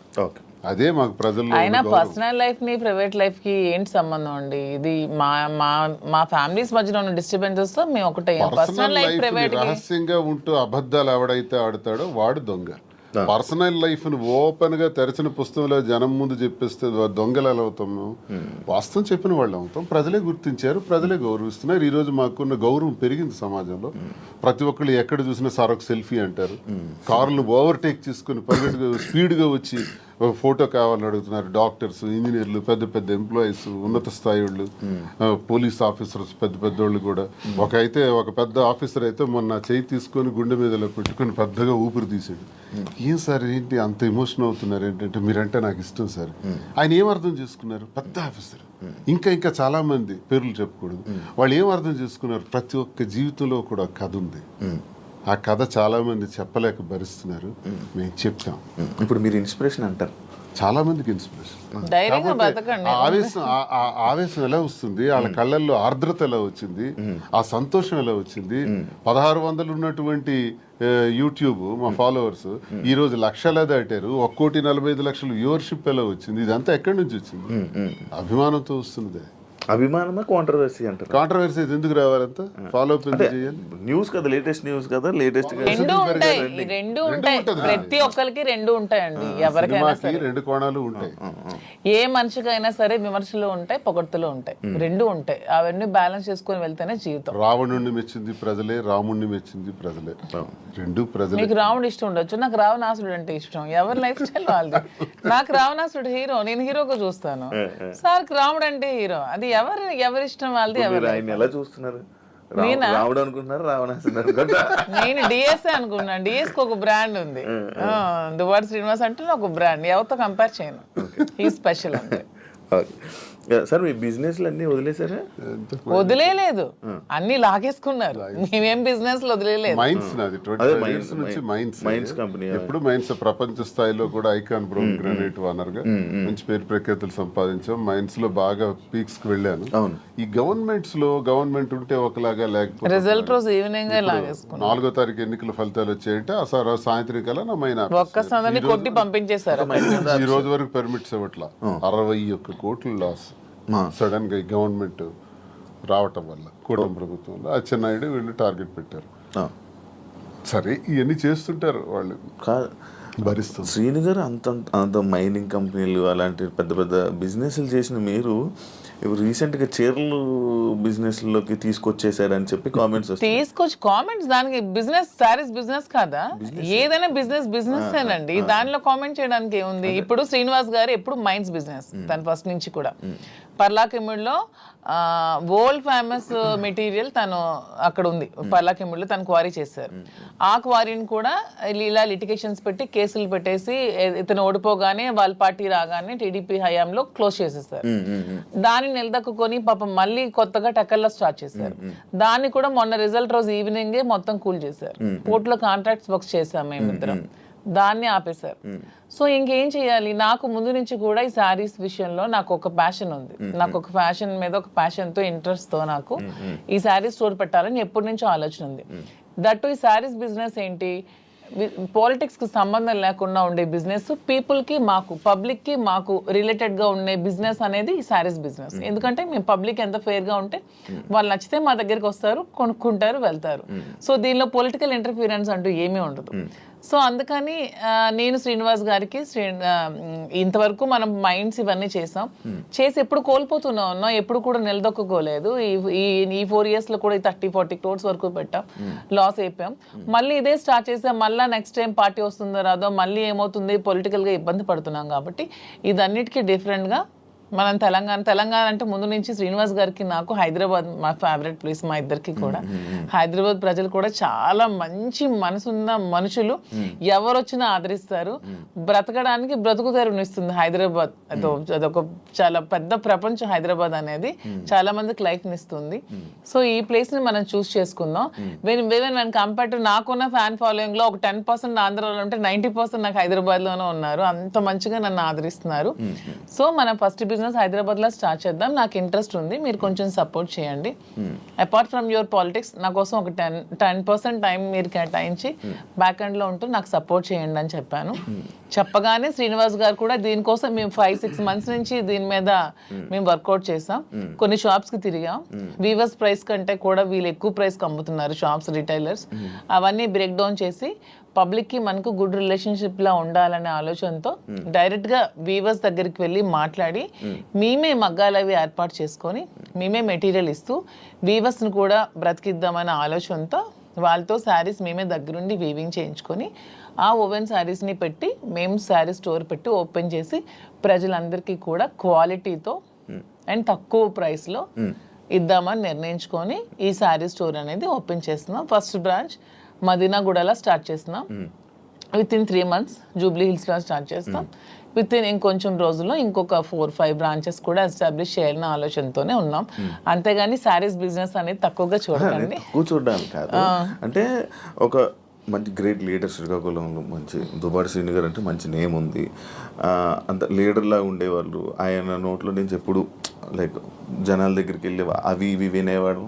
కాకపోతే మైనింగ్ కంపెనీ బిజినెస్ చేసేవారు, ఒక మంచి బిజినెస్ మ్యాన్ అనుకునే వాళ్ళం. కానీ అలాంటి ఆయనతో నోట్లో నుంచి మేము ఇలా శారీ బిజినెస్ చేయబోతున్నాం ఇలా చెప్తుంటుంటే ఎలా ఉండే ఆయన్ని ఎలా చేశారు, ఎలా ఉండే ఆయన ఎలా చేయడం. బిజినెస్ అనేది ఏదైనా బిజినెస్, అది ఏదైనా చిన్న ప్రొడక్ట్ అయినా పెద్ద ప్రొడక్ట్ అయినా బిజినెస్ అనేది బిజినెస్ కింద క్యాలిక్యులేట్ చేయాలి. అది చీర, జాకెట్టా, లేకపోతే ఇంకేంటా అని చూడకూడదు. బిజినెస్ నాకు దీంట్లో ఇంట్రెస్ట్ ఉంది. ఇంతవరకు మైండ్స్ లో అతనికి ఇంట్రెస్ట్ ఉంది, మైండ్స్ వల్ల కోల్పోయాం. సో నా ఇంట్రెస్ట్ ఒకసారి వచ్చి చూడండి, చేద్దాం. మీకు తనకి ప్రజలే ఇష్టం, తనకి ప్రజాజీవితం ఇష్టం, ఇది కూడా ప్రజలకు లింకప్ అయ్యేది. మా కింద 100 మంది పనిచేస్తారు, మా ప్రజా సంబంధాలు ఇంకొంచెం బాగుంటాయి, ఇంకొంచెం మనకి పీపుల్ తో బాండింగ్ పెరుగుతుంది. వాళ్ళు కూడా మనం తక్కువ ప్రైస్ కి ఇస్తే ఓకే, శ్రీనివాస్ గారు మోదీ దగ్గరికి వస్తే మనకు తక్కువ ప్రైస్ కి శారీ వస్తుందని గుడ్ విల్ మనకు వస్తే చాలు, కోట్లు సంపాదించాల్సిన అవసరం లేదనే ఉద్దేశంతోనే శారీ స్టోర్ ఓపెన్ చేస్తాం. ఓకే, అంటే ఈ బిజినెస్ కి దువ్వార్ గారు 3-4 కోట్లు ఎంతో ఇచ్చారు. ఆయన డబ్బులు ఇచ్చి ఈ బిజినెస్ కోసం శ్రీనివాస్ గారు ఎవరేమనుకున్నా నాకు అనవసరం. శ్రీనివాస్ గారు అన్ని ఆస్తులు వానికి రాసి ఇచ్చేసి వచ్చేసారు. With empty hands he came out. అక్కడి నుంచి మా లైఫ్ని మళ్ళీ మేము ప్రారంభించుకున్నాం. దీనికోసం మా పేరెంట్స్ ఇచ్చిన ప్రాపర్టీస్ మాత్రమే నేను సేల్ చేసి బిజినెస్ లో పెడుతున్నాను. అలానే నాది వేరు, శ్రీనివాస్ గారు వేరని మాకు లేదు. మీరు అడిగిన క్వశ్చన్ కి ఆన్సర్ చెప్పాం. మా ఇద్దరు తన దగ్గర ఎన్ని కోట్లున్నా నాకు ఇస్తారు. ప్రెసెంట్ లేవు, లాగేసుకున్నారు అందరూ. ఉంటే నాకు ఇస్తారు ఖచ్చితంగా. సో నా దగ్గర ఉన్న ప్రతిదీ అతనిదే. మా ఇద్దరి మధ్యలో నీది నాది అనే తేడా లేదు. అయినా మా ఇద్దరు ఇప్పుడు మొగుడు పల్లాలి. మా ఇద్దరు నాదైనా ఒకటే అతనిదైనా ఒకటే, ఎవరికి సంబంధం లేదు. ఎవరు డబ్బులు పెడితే మీకేంటి ప్రాబ్లం? మీ బిజినెస్ చేస్తున్నావా, మంచి ప్రొడక్ట్ అందిస్తున్నావా అనేది మీరు చూడండి. డబ్బు గురించి ఆయనకి దగ్గర అయ్యారని కూడా టాక్. అది ఫేక్ అదే చెప్తున్నాను కదా. మీరు కావాలంటే అన్ని మొత్తం డాక్యుమెంట్స్ అవన్నీ వెనక్కి తీసుకోండి. ఆస్తులన్నీ రాసిచ్చి తను చెప్తున్నాను 0 బ్యాంక్ బ్యాలెన్స్ తో వచ్చారు నా దగ్గరికి. అందుకే నేను అంటున్నాను, మా బంధం మీరు ఎన్ని కామెంట్ చేసుకున్నా మాది 100% ప్యూర్ లవ్. ఎందుకంటే నేను అతని నుంచి ఏది ఆశించలేదు, 1 రూపాయి ఆశించలేదు. అతను పదవిలో లేరు, నేను పదవిని ఆశించడానికి. అతను డబ్బులు లేవు, డబ్బు ఆశించడానికి. ఏమి ఆశించుకున్నా 100% అతని మనసు, అతని వ్యక్తిత్వం, అతని హానెస్టీ, అతని హంబుల్నెస్ ఇవే చూసి నేను ఇష్టపడ్డాను. దాంతోనే ఇప్పుడు కలిసి ఉన్నాం. అతని దగ్గర ఏ ఆస్తులు లేవు, అన్ని బాణీకి ఇచ్చేసి వచ్చేసారు. ఇటీవల కాలంలో ఒక 2 కోట్ల రూపాయలు విలువైన 2.5 కోట్ల విలువైనటువంటి ఒక అసెట్ విశాఖపట్నంలో అమ్మారు. అలాగే శ్రీకాకుళంలో కూడా కొన్ని ల్యాండ్స్ అమ్మారు. అమ్మి ఈ డబ్బులన్నీ కూడా అక్యుములేట్ చేసి ఈ బిజినెస్ లో మా ఫాదర్ నాకు ఇచ్చిన ప్రాపర్టీస్ అన్ని నేను ఇప్పుడు అమ్మేశాను. ఎప్పటి నుంచో మా ఫాదర్ నాకు ఇచ్చే 2009 నుంచి అవి నా పేరు మీద ఉన్నవి. ఇప్పుడు బిజినెస్ కోసం నేను అమ్మేసి మరి బిజినెస్ స్టార్ట్ చేశాను. అంటే మీరు స్టార్టింగ్ అంటే ఆయనకి పరిచయం అవ్వకముందు నుంచి, రాజకీయంలోకి రాకముందు నుంచి మీరు డబ్బులు మేము ఫైనాన్షియల్ గా వెల్ సెటిల్డ్. మా ఫాదర్ వాళ్ళు వెల్ సెటిల్డ్, మా హస్బెండ్ వాళ్ళు కూడా వెల్ సెటిల్డ్. అన్ని వెల్ సెటిల్డ్ ఫ్యామిలీ ఫైనాన్షియల్ గా. మాకు ఫైనాన్షియల్ గా ప్రాబ్లమ్స్ కానీ ఏమి కూడా లేవు, ఎప్పుడు కూడా లేవు. వెల్ సెటిల్డ్ ఫ్యామిలీనే. ఇప్పుడు వీటి కోసం మేము ఆస్తులు అమ్మాల్సి వచ్చింది, లేకపోతే ఆస్తులు అమ్మాల్సిన అవసరం కూడా లేదు. ఎందుకంటే ఎలక్షన్ లో ఉన్న డబ్బులు కొంచెం ఉంటే అవి కూడా కోల్పోయాను. మా ఇద్దరు ఉండడానికి ఇల్లు కూడా కట్టుకున్నాం, దానికోసం కొంచెం డబ్బులు పెట్టవలసి వచ్చింది. సో ఇప్పుడు మళ్ళీ బిజినెస్ స్టార్ట్ చేయడానికి ఈ ప్రాపర్టీస్ అమ్మాల్సి వచ్చింది. లైక్ అంటే ఈ కామెంట్స్ రావడానికి గల రీజన్స్ ఏంటంటే, మీరు అది కొన్ని వీడియోస్ మీ డ్యాన్స్ చేసి సంబంధించిన వీడియోస్ కొన్ని సోషల్ మీడియాలో వైరల్ అవ్వడం జరుగుతుంది. అది మీరేనా? అది ఇప్పటికీ చెప్తున్నాను, అది నేను కాదు. అసలు ఆ మనిషి కూడా నా అలాగ లేదు. అది ఎందుకు ఎవరికి అనిపించిందో, ఎవరికి పెట్టాలనిపించిందో కావాలనే కూటమి ప్రభుత్వం వాళ్ళే ఖచ్చితంగా దీన్ని ఈ పిల్ల సైనికులు ఉంటారు కదా బచ్చగాళ్ళు, ఆ బచ్చగాళ్ళు ఈ కొంతమంది కలిపి ఐటీడీపీ అని ఇదొన్న పేజ్లో పెట్టి అనవసరంగా ట్రోల్ చేశారు. అలా నేను డాన్స్ చేసే అమ్మాయిని నేనేం కామెంట్ చేయట్లేదు. నాకు రికార్డింగ్ డాన్స్లు, నాకు స్టేజ్ల మీద డాన్స్ చేసుకోవాల్సిన అవసరం నాకైతే ఎప్పుడూ లేదు. ఎనీబడి కెన్ ప్రూవ్ చేసుకోండి. సార్ అప్పుడే చెప్పారు, ప్రూవ్ చేసుకుంటే నేను 1 crore rupees వాళ్ళు గిఫ్ట్ ఇస్తానని. మొన్న ఛానల్లో కూడా నాకు అవసరం లేదు. అలానే నేను ఒకటే చెప్తున్నాను, ఎవరి బ్రతుకుతారు కోసం వాళ్ళు చేసుకుంటారు. ఇదే డాన్స్ స్టేజ్ మీద పబ్లిక్ గా బట్టలు ఇప్పి చేస్తున్నారు, వాళ్ళేమో హీరోయిన్లు అంటున్నారు. స్టేజ్ మీద చేస్తే స్టేజ్ రికార్డింగ్ డాన్సర్లు అన్నారు, నానా రకాల పేరు పడుతున్నారు. నేను ఎవరి అమ్మాయిని కామెంట్ చేయట్లేదు. నాకైతే మీరు వెళ్ళి మా ప్లేస్ లో ఎంక్వైరీ చేసుకోండి, నేను పుట్టిన ప్లేస్ లో, మా అత్తగారి ప్లేస్ లో. ఈ విమర్శలు చేసేవాళ్ళు ఎవరైనా ఆ అమ్మాయి మాధురి అని ప్రూవ్ చేస్తే 1 crore ఇస్తాం. ఒకవేళ వాళ్ళు ప్రూవ్ చేయలేకపోతే వాళ్ళు సరెండర్ అవుతామంటే అమ్మాయి ఎవరో కూడా మేమే తెచ్చి పెడతాం. ఎందుకు అమ్మాయిని బయటకు లాగాలి, పెళ్లి చేసుకునే హ్యాపీగా ఉంది కాబట్టి. మాకు అమ్మాయి తెలుసు, అది ఏ రికార్డింగ్ డాన్స్ ట్రూపో కూడా తెలుసు. కానీ అలాగ అమ్మాయినే మాధురి అని చూపించిన వాళ్ళకి నేను అంటున్నాను, 1 crore మీకు బహుమానం కింద ఇస్తాను, దయచేసి అది ప్రూవ్ చేయండి అంటున్నాను. అంటే అలా చేస్తే ఏమొస్తుంది? అంటే ఇప్పుడు మాధురికి నాకు మేము ఒక మనసుతో ఉన్నాం కదా, మరి అలా చేస్తే ఏమొస్తుంది మీకు? ఎవడా చేసేవాడు? రికార్డింగ్ డాన్స్ చేసే అమ్మాయిని పెళ్లి చేసుకుని, రికార్డింగ్ డాన్స్ అమ్మాయిని ఓవర్సీని పెళ్లి చేసుకుని నీకేంటి నొప్పి? పెట్టినోడికి ఏంటి నొప్పి? అలాగైతే మీరు డాన్స్ చేసి మీరే ఒప్పుకున్నట్టు. నేను కాదు కదా, నేను ఒప్పుకోవడానికి అమ్మాయి నేను కాదు. నేనైతే నిజంగా నేను ఒప్పుకుంటాను. I'm very bold and straight forward. నేను ఒప్పుకుంటాను. If it is me I will agree. నేనే అదా, నేను డాన్స్ చేసిన వీడియోస్ చాలా ఉన్నాయి, నేను పెట్టుకుంటున్నాను కదా. నేను చేసి నేనే పెట్టుకుంటాను. నేను అది కానప్పుడు నేను ఎలా ఒప్పుకుంటాను? అలానే అదే అంటున్నాను, ఒకవేళ డాన్స్ చేసిన అమ్మాయినే దువ్వాసం చేసుకుంటే మీకేంటి పెయిన్? అమ్మాయి మాత్రం అమ్మాయి కాదా, ఆడపిల్ల కాదా? ఎందుకు అంత ట్రోల్ చేయాల్సిన అవసరం ఏముంది? అంత నెగిటివిటీ స్ప్రెడ్ చేయాల్సిన అవసరం ఏముందని అడుగుతున్నాను నేను. ఒకవేళ ఆ అమ్మాయే మాధురి అని ప్రూవ్ చేయాలనుకుంటే 1 crore బహుమతి ఇస్తాం, తీసుకురండి అంటున్నాం. ఎవరైతే వచ్చారో వాళ్ళకి. అంటే ఇప్పుడంటే ఏ జనరేషన్ వచ్చేసింది, ఫేస్లు మార్పిడి ఇది. ఆ వీడియో చూస్తే అప్పుడెప్పుడు 2003 2000 వయసు ఎంత తెలుసు? ఏమండి నాకు ఇప్పుడు 34 years అండి. 2000 అన్న ఏజ్ ఎంత ఉంటది? ఓకే, ఆ వీడియో ఎప్పుడు చాలా ఓల్డ్. నేను 2000 అన్న ఏజ్ ఎంత ఉంటుంది చెప్పండి? 2005 లో నేను 10th. నాకు ఎంత ఏజ్ ఉంటుంది? నాకు 2010-11 అప్పుడు నేను ఎంత పిల్లని ఉంటాను. ఆ అమ్మాయి అంత డాన్స్ నాకు నేను ఎలా చేయగలను? కొంచెం నా పోనీ అట్లీస్ట్ నా చిన్నప్పుడు ఫోటోలు ఏవో చూపిస్తే మీకు తెలుస్తుంది. ఎప్పుడో మాదిరి చూపిస్తున్నారు కదా. అట్లీస్ట్ 2005 లో నేను 10th. పోనీ అప్పుడు నాతో చదువుకున్న వాళ్ళకి తెలుస్తుంది కదా. ఏదో మీలాంటి వాళ్ళు నమ్మాలి, ఎవరు తెలియని వాళ్ళు. తెలిసిన వాళ్ళకి ఏంటో తెలుసు. చెప్తున్నా అంటే మీరు చూస్తే ఎలా అనిపిస్తుంది? అలాగే నాకు ఎక్కడ అనిపించట్లేదు, మా వాళ్ళకి ఎవరికి అనిపించట్లేదు. మీకు ఎలా అనిపిస్తుందేమో మరి, మాకైతే తెలియదు. మా అందరికీ తెలుసు, ఎవరు మా జిల్లా అందరికీ తెలుసు అది నేను కాదని. ఇంక మిగతా వాళ్ళు నమ్మితే నమ్మొచ్చేమో కానీ ప్రతి ఒక్కరికి తెలుసు. ఇంక నమ్మినా నమ్మకపోయినా పర్వాలేదు, నేను అనుకున్నా కూడా ఐ డోంట్ కేర్ అంటున్నాను. పోనీ అమ్మాయి కూడా డాన్స్ బాగా చేస్తుంది అనుకుంటే అనుకోండి, దానిలో ఐ డోంట్ కేర్. శ్రీకాకుళం నుంచి వచ్చిన ఒక క్వశ్చన్, ఒక పాయింట్ ఏంటంటే, మాధురి గారు శ్రీని గారికి మందు పెట్టి ఆయన దాన్ని ఏదో అంటారు, ఆయన వలలో వేసుకుని వలలో వేసుకుని వలలో బుట్లో పెట్టుకున్నది ఆ టైపు. సరే, మందు పెట్టి ఇలా చేయడం వల్ల, లేకపోతే ఈ ఏజ్ లోనే ఆయనకి అవసరం ఏంటి? సరే ఓకే, ఎవడైతే క్వశ్చన్ అడిగాడో వాడికి ఒకటి అడుగుతున్నాను. మందు పెట్టి శ్రీనివాస్ దగ్గర నేనేం తీసుకోవాలో చెప్పండి అని అడుగుతున్నాను. డబ్బుందా? లేదు. పోనీ అట్లీస్ట్ ఏజా లేదు. అంటే ఇప్పుడు డబ్బు లేదు కానీ స్టార్టింగ్ లో ఆయన దగ్గర డబ్బు ఉండేది. ఇప్పుడు నేను వచ్చినప్పుడు ఏం లేదే. 2022లోనే ఇచ్చేసారా మీరు? ముందు నుంచి వాళ్ళ ప్రాపర్టీస్ అన్ని ఉన్నాయి. ఏ రోజు కూడా నేను 1 రూపీ కూడా అతని దగ్గర తీసుకోలేదు. తన పేరునే ఉన్నాయి, తర్వాత మిగతా రాసేస్తారు. రీసెంట్ గా 4 నెలల క్రితం జాఫర్ గారికి ఇంటర్వ్యూ ఇచ్చిన టైంలో కూడా she saying everything false allegations అండి. నాకేం రాసి ఇవ్వలేదు, నాకు అసలు ఏం లేదు, ఆయన ఇలా దూరం ఉండి ఇలాగా ఇల్లు ఇచ్చేసాను, ఈ ఇల్లు ఇచ్చేసాను అని చెప్తున్నారా తప్ప నాకు ఎటువంటి ఆ ఇంట్లో ప్రాపర్టీ ఏమి ఇవ్వలేదు. ఆ ఫ్యాక్టరీ రాసేసిన డాక్యుమెంట్స్ ఉన్నాయి. ఎన్నికలకు ముందే, ఎన్నికలకు 20-25 డేస్ ముందే రాసేసాను అన్ని. నా పేరున ఏదైతే ఉన్నాయో నా పేరున మీరు ఇవి తీయండి, మా ఎఫిడవిట్ వేస్తాం కదా ఎమ్మెల్యేగా పోటీ చేసినప్పుడు, ఎఫిడవిట్ లో ఏ అసెట్స్ ఉన్నాయో మీకు తెలుస్తాయి. ఆ అసెట్స్ ఈ రోజుకి నా పేరున ఉంటే you can anybody can challenge. ఈ రోజు ఆ అసెట్స్ నా పేరున ఉండాలి కదా. మొన్న నా పేరున ఎఫిడవిట్ లో ఎమ్మెల్యేగా పోటీ చేసినప్పుడు ఉండే అసెట్స్ ఇప్పుడు ఎందుకు లేవు? ఏమైనా అసెట్స్ తన పేరును ఉన్నాయో లేదో ఒకసారి వెరిఫై చేయండి, తెలుస్తుంది. ఎవిడెన్స్ ఉంటుంది కదా ప్రతిదానికి. అదే ఆ కామెంట్ పెట్టినోడికి అడుగుతున్నాను, శ్రీనివాస్ గారిని మందు పెట్టి తీసుకోవడానికి ఏముంది? సరే మీరు ఇప్పుడు అన్ని ఆస్తులు రాస్తారు కదా, ఇప్పుడు అన్ని ఆస్తులు రాసేసి ఉన్నారని చెప్తున్నారు కదా, మరి ఇప్పుడు అన్ని ఆస్తులు రాసాక నా ఆస్తులు అమ్మి పెట్టి ఉండాల్సిన అవసరం నాకేముంది? వాడు ఎవడైతే కామెంట్ పెట్టాడో వాడికి 2 క్వశ్చన్స్ అడుగుతున్నాను. ఒకటి, ఆస్తుల కోసమే తీసుకొని ఉంటే అతని ఆస్తులన్నీ వదిలేసి వచ్చాక నా ఆస్తులు అమ్మి అతని దగ్గర ఉండాల్సిన అవసరం ఏముందని ఎవడైతే కామెంట్ పెట్టాడో వాడికి అడుగుతున్నాను.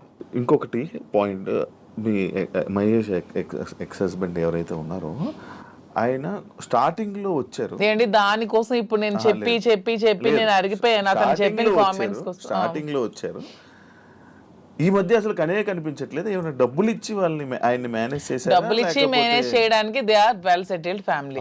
వాళ్ళు ఆర్థోడాక్స్ ఫ్యామిలీ, రిచ్, టెక్కలకే రిచ్ వాళ్ళు. వాళ్ళ ఫాదర్ ఎవరు అడిగినా చెప్తారు, వాళ్ళ ఫాదర్ టెక్కల్లోనే రిచెస్ట్ ఫ్యామిలీ. వాళ్ళ ఫాదర్ కి 100 acres ఉండేవి. మనకంత స్థితిలో ఏమీ లేము. ఫస్ట్ లాయర్ శ్రీకాకుళం డిస్ట్రిక్ట్ మొత్తానికి మొదటి లాయర్ అతనే.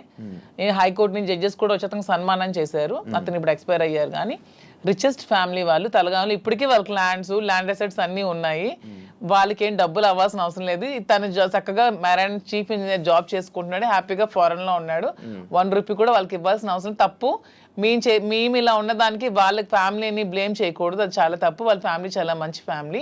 వాళ్ళేం ఫైనాన్షియల్ గా మా దగ్గర ఏముందని మీ వాళ్ళకి ఇవ్వడానికి? ఇప్పుడు మ్యూచువల్ అండర్స్టాండింగ్, మేము మ్యూచువల్ కన్సర్న్ తోనే మేము విడిపోయాం. మా దగ్గర ఏముంది మీ వాళ్ళకి ఇవ్వడానికి? ఇప్పుడు ఎవరు చేయాల్సిన అవసరం లేదు. వాళ్ళు బిజినెస్ కోసం అమ్ముతున్నాం, చాలా వరకు అమ్మాలి. పెట్టుబడులు చాలా ఎక్కువ అవసరం కదా, కొంచెం భారీగానే చేయాలనుకుంటున్నాం కదా బిజినెస్. సో అందుకని వాళ్ళని తప్పు పట్టడం అనేది చాలా తప్పు. వాళ్ళని ఎవరైతే కామెంట్ చేస్తారు దేవుడు కూడా క్షమించుడు అలా అంటే, అది చాలా తప్పు. వాళ్ళని ఇందులో లాక్కూడదు. ఇప్పుడు మీరు పూర్తిగా హైదరాబాద్ లో ఉంటారా లేకపోతే ఇక్కడ? శ్రీనివాస్ గారు కంప్లీట్ గా అక్కడే ఉంటారండి. నేను హైదరాబాద్ లో ఉంటూ చూసుకుంటాను. శ్రీనివాస్ గారు అవసరం ఇక్కడ ఏదైనా నాకు ఉందనిపించినప్పుడు తను వచ్చి వెళ్తూ వస్తుంటాను. మీరైతే ఇంకెక్కడే? నేను ఇక్కడే ఉంటాను హైదరాబాద్ లో. అంటే ఇక్కడ చాలా మంది బొటిక్లు ఉన్నాయి, లైక్ మీది కూడా ఒక బొటిక్ లాంటిదే కదా? నాది బొటిక్ కాదండి, కంప్లీట్ స్టోర్. ఇక్కడ చాలా స్టోర్స్ ఉన్నాయి, చాలా బొటిక్స్ ఉన్నాయి. ఇప్పుడు యూత్ కానీ లేకపోతే ఇప్పుడు రీసెంట్ టైమ్స్లో అందరూ బొటిక్స్ వైపు లేకపోతే అటువైపు ఎక్కువ అవగాహన చూపిస్తున్నారు. లైక్ అవి తీసుకుందాం, అవి చేసుకుందాం అనేవి. బట్ మీది ఎందుకు సక్సెస్ అవుతుందని అనుకుంటున్నారు మీరు? అన్ని ఉండగా మీ దగ్గరికి ఎందుకు రావాలి? ఆఫ్ కోర్స్ కరెక్ట్ పాయింట్ అడిగారు. అన్ని ఉండగా నేను సక్సెస్ అవుతానని నమ్మకం నాకుంది. ఎందుకంటే నేను ఫస్ట్ ఆఫ్ ఆల్ నేను ప్రతి ఉమెన్ కి కూడా క్వాలిటీ ప్రొడక్ట్ ఇవ్వాలనుకుంటున్నాను.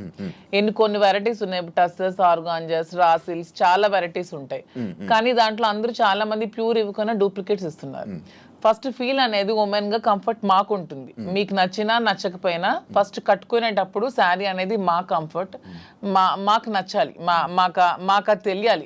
ఈ ప్యూరిటీ అనేది నాకు తెలియాలి. శారీ ప్యూరిటీ కానీ శారీ కంఫర్ట్ కానీ నాకు తెలియాలి. అదే మేము థీమ్తో ఫస్ట్ నేను ప్యూరిటీ అనేది కస్టమర్కి ఇవ్వాలనుకుంటున్నాను.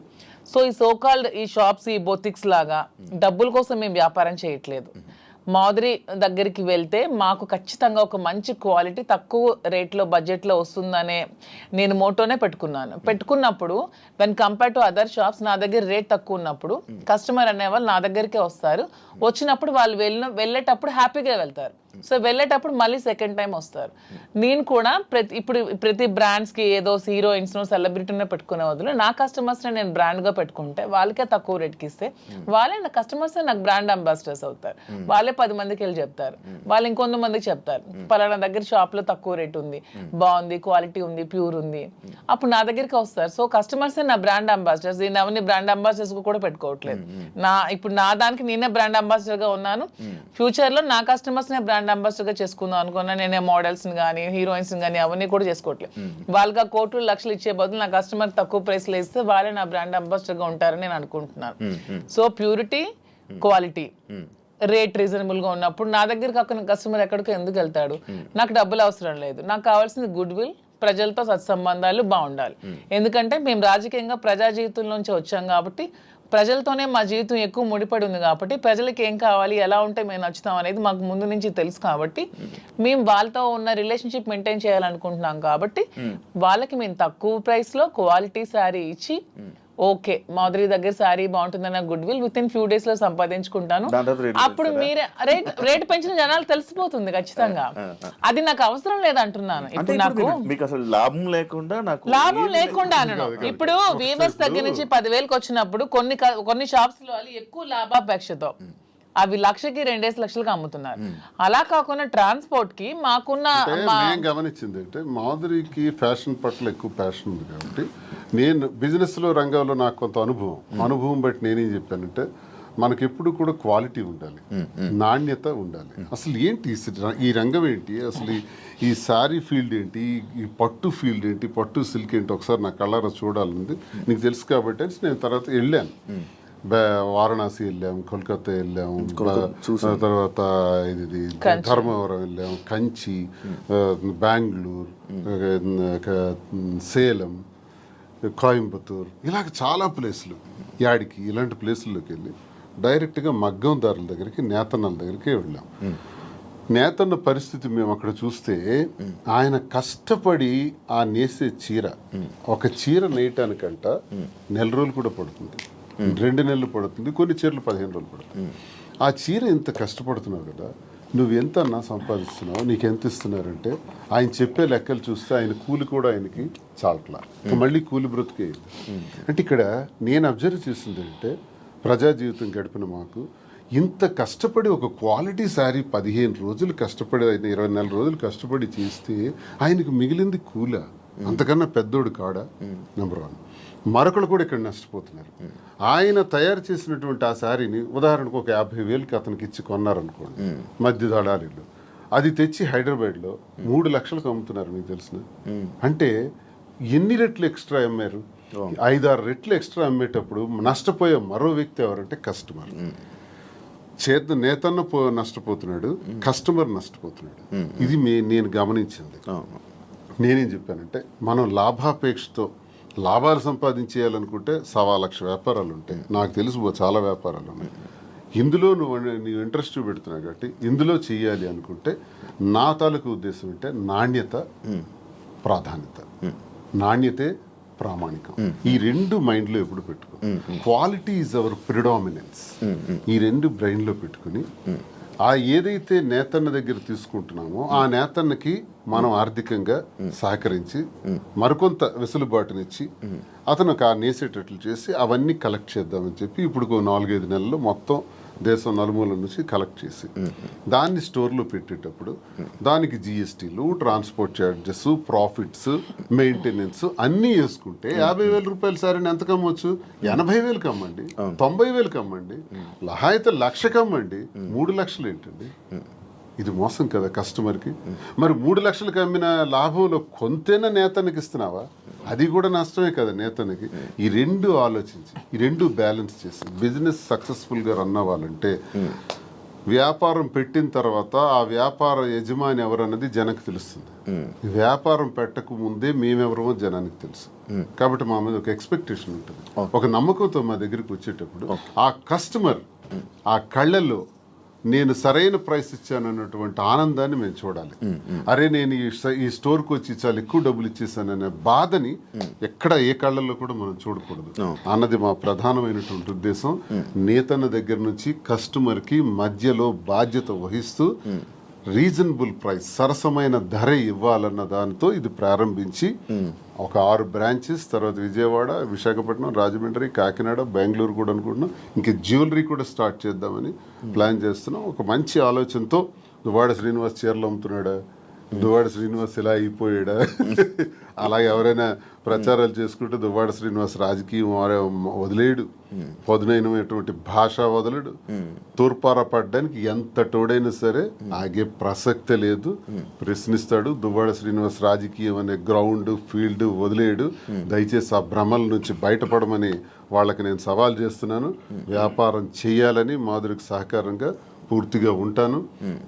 తాను చేసే ఈ పట్టు సిల్క్స్లో ఈ స్టోర్స్ని బాగా డెవలప్ చేసే విధంగా, దాంతోపాటు యాడింగ్ జ్యువెలరీ కూడా, విమెన్కి కావాల్సిన వాటి పైన ఆమెకి జ్యువెలరీలో కూడా బాగా నాలెడ్జ్ ఉంది కాబట్టి అవి కూడా పెట్టి అవి కూడా సరసమైన ధరలకి ఇచ్చే విధంగా మేము చేస్తామే తప్ప లాభాపేక్ష కోసం ఏదో అలా తప్పుడు పద్ధతుల్లో లాభం సంపాదించాలనే ఉద్దేశం కదా. అలా అనుకుంటే చాలా వ్యాపారాలు ఉన్నాయి.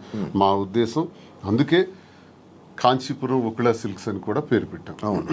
ఒకళామాత, ఒకళామాత అంటే వెంకటేశ్వర స్వామి తల్లి. దీనికి హిస్టరీ కూడా మేము దానికి కనెక్ట్ అయినాం. ఎందుకు కనెక్ట్ అయ్యంటే వెంకటేశ్వర స్వామి పేరు పెట్టొచ్చు. నేను వెంకటేశ్వర స్వామి భక్తులు, మేము స్వామి భక్తులుగా స్వామి వారి తల్లి పేరు ఒకళామాత పెడదామని. ఎందుకంటే ఒక చిన్న స్టోరీ ఉంది. ఒకళామాత ద్వాపర యుగం ఉందన్నట్టు నన్నే అటాక్ చేస్తూ, నన్నే ట్రోల్ చేస్తూ, నన్నే సెంటర్ చేస్తూ, నన్నే టార్గెట్ చేస్తూ ఎంత చేయాలో అంత చేస్తున్నారు. నేను ఏ రోజు పోలీస్ స్టేషన్ మెట్లు ఎక్కానని నాకు తెలియదు, పోలీస్ స్టేషన్ చూసానని తెలియదు. ఈ పొలిటికల్ లైఫ్లోకి వచ్చాక, శ్రీనివాస్ గారి లైఫ్లోకి వచ్చి స్టేషన్లకు తీసుకెళ్ళి కూర్చోబెట్టారు, ఎన్ని పెట్టారు. సో అన్ని కోల్పోయింది నేను, నా పిల్లలు లాస్ అయ్యాం దీంట్లో. వాణి అది చెప్పొచ్చు ఇంటర్వ్యూల ముందుకు వచ్చి, ఏం కోల్పోయిందో చెప్పమానండి.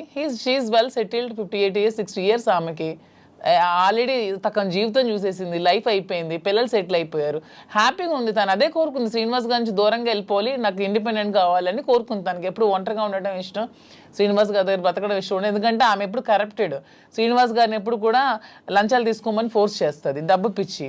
ఇతనికి నచ్చదు, అక్కడే మొదలయ్యేది వీళ్ళిద్దరికి గొడవ.